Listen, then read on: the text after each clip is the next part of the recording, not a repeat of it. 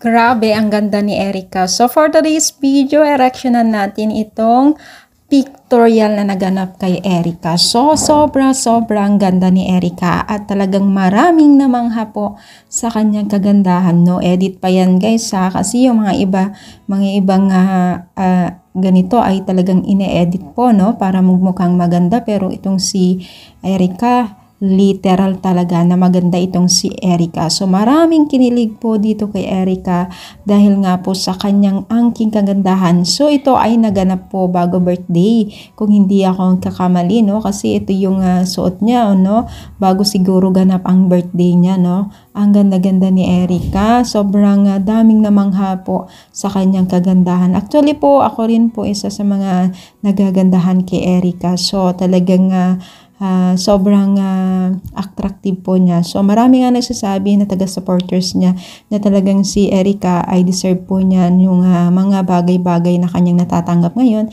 dahil nga po sa kanyang kagandahan at kabaitan no.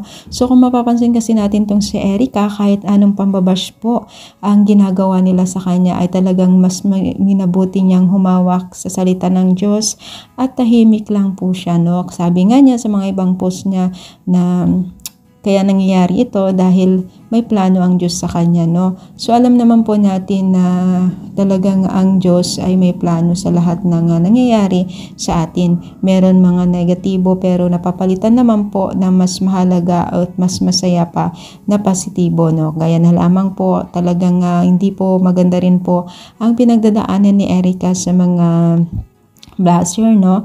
Pero kung mapapansin po natin habang dinadown po nila, sinasalitaan ng hindi maganda pero inaangat naman po ng Panginoon Diyos. Kaya talagang tayo ay tahimik lamang pag tayo ay hinuhusgahan at dinadown dahil ang Diyos po ang kikilos sa atin kung tayo ay patuloy po na magpapakumbaba at ipapasa Diyos ng lahat. Yan po yung ginagawa ngayon na nakikita ko kay Erica na talaga naman po sinamahan ng Panginoon at talagang grabe ng pagtanggap ngayon, pagtatanggap ng mga blessings. So, nakakatuwa, no? Deserve po talaga yan ni Erica. Sobrang ganda pati niya.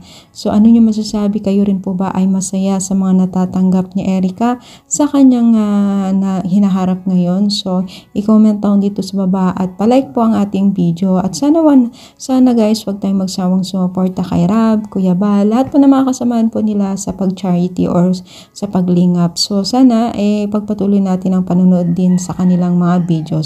So, yun lamang guys. Thank you so much for always supporting my YouTube channel. Thank you so much guys and God bless po guys.